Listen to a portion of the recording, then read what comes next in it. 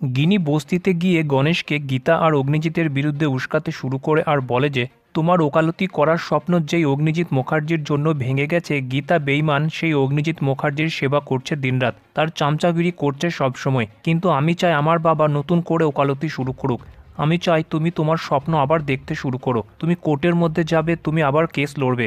আমি তোমার জন্য একটা নতুন অফিস ঠিক করেছি, যেখানে গিনি পুরোপুরিভাবে গণেশকে অগ্নিজিতের বিরুদ্ধে উস্কে দিতে সক্ষম হয়ে যায়।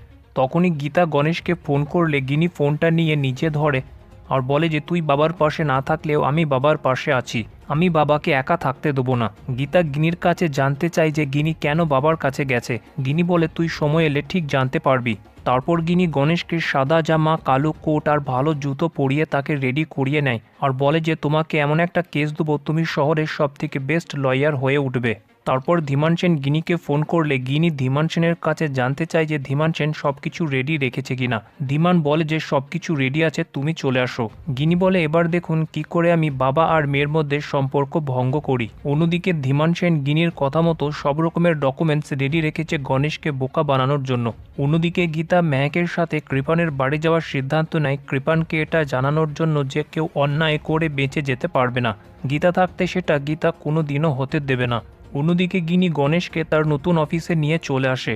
তারপর গিনি আবার গণেশকে ইমোশনাল ব্ল্যাকমেল করে তাকে পটাতে শুরু করে, যেখানে গণেশ বোকার মতো গিনির সব কথা মানতে শুরু করে। তারপর তারা গণেশকে 5 লাখ টাকা দেয় আর গীতার বিরুদ্ধে কেস লড়ার জন্য একটা এগ্রিমেন্টে সিগনেচার করতে বলে।